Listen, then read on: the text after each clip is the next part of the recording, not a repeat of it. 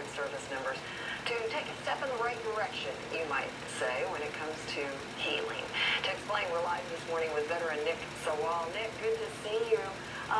You yourself say this organization and the first walk you engaged in literally saved your life. Help us understand that. Yeah, absolutely. I first heard about this organization back in 2016. I helped with a local hike here in Memphis.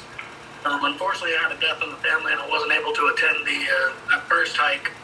But following up the next year, I was heavily involved in the planning and organization of it. Raised some money through corporate sponsors for it. We had our first hike scheduled or the second hike rather, for April 22nd back in 2017. About 10 days before that, my life had a really, really big hiccup in it. So my daughter, she was about 3 at the time, she was diagnosed with leukemia and started treatment at St. Jude on April 10th. Wow. So we had a 10-day inpatient stay. Wow. Yeah, and it was just rough. And this follows, of course, your service in Afghanistan, where you had lost many members of your unit, actually. So you were already, you had buried a lot of emotional turmoil that you may or may not have been actively dealing with it. Is that fair to say? Yeah. When I got out of the military in 2012, I lived in New Albany, Mississippi for about a year. But then I moved up here to the Memphis area in late 2013 following the birth of my daughter. And I didn't know anybody here. So I moved to this area not knowing a single person.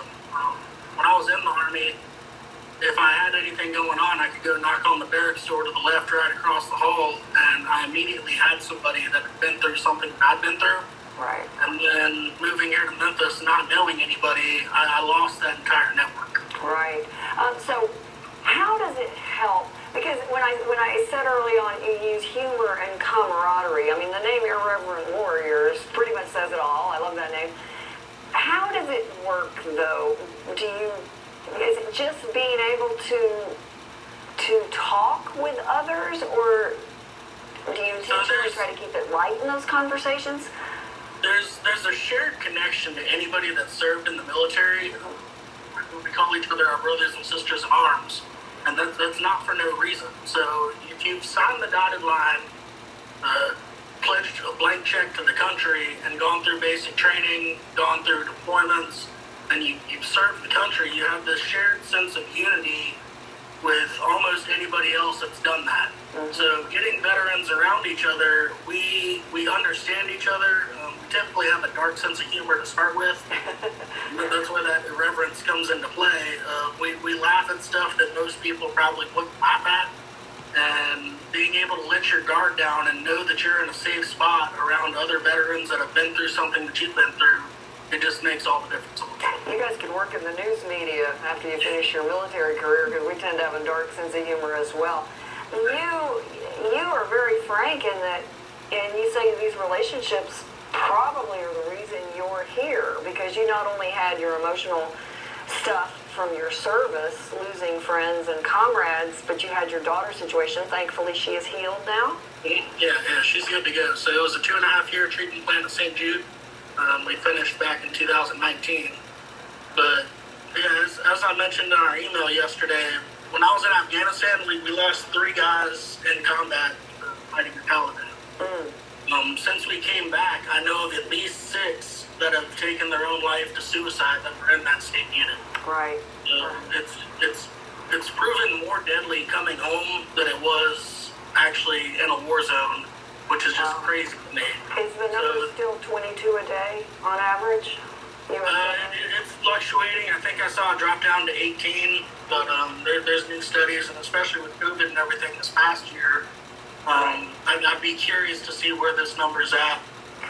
Well, now, and the walk, even though civilians would love to honor and support Irreverent Warriors as well, as I understand it, the walk is restricted to veterans and retired veterans. Is that correct?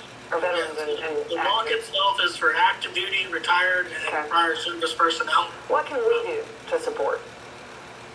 Oh, that's a loaded question. So if you go to our website, irreverentwarriors.com, we are a national 501c3 nonprofit, so you can donate from the website. We have national hikes all over the country. We had almost 60 this year. We are coming up with a schedule for next year that should be announced in the next month or two. We are all over the country. What we really need help with is spreading the word. So we've touched over 75,000 veterans within our organization since the conception in 2015. We need help getting those numbers up. So if you know any veterans, any prior service members, any active duty people, please tell them about us. So we are here to make connections and to unite the veteran community. Sounds good. And right now, after the withdrawal from Afghanistan, they probably need some more emotional support than usual. I know it's a tough time. Thank you so much. We've put the information on the walk and how people can register on the screen. Nick, I appreciate it. So glad your daughter is healed, and so glad you are helping others heal as well. Thank you. All right, thank you very much. Appreciate it, Alex. Mary Beth, still to come on Live at 9, lawmakers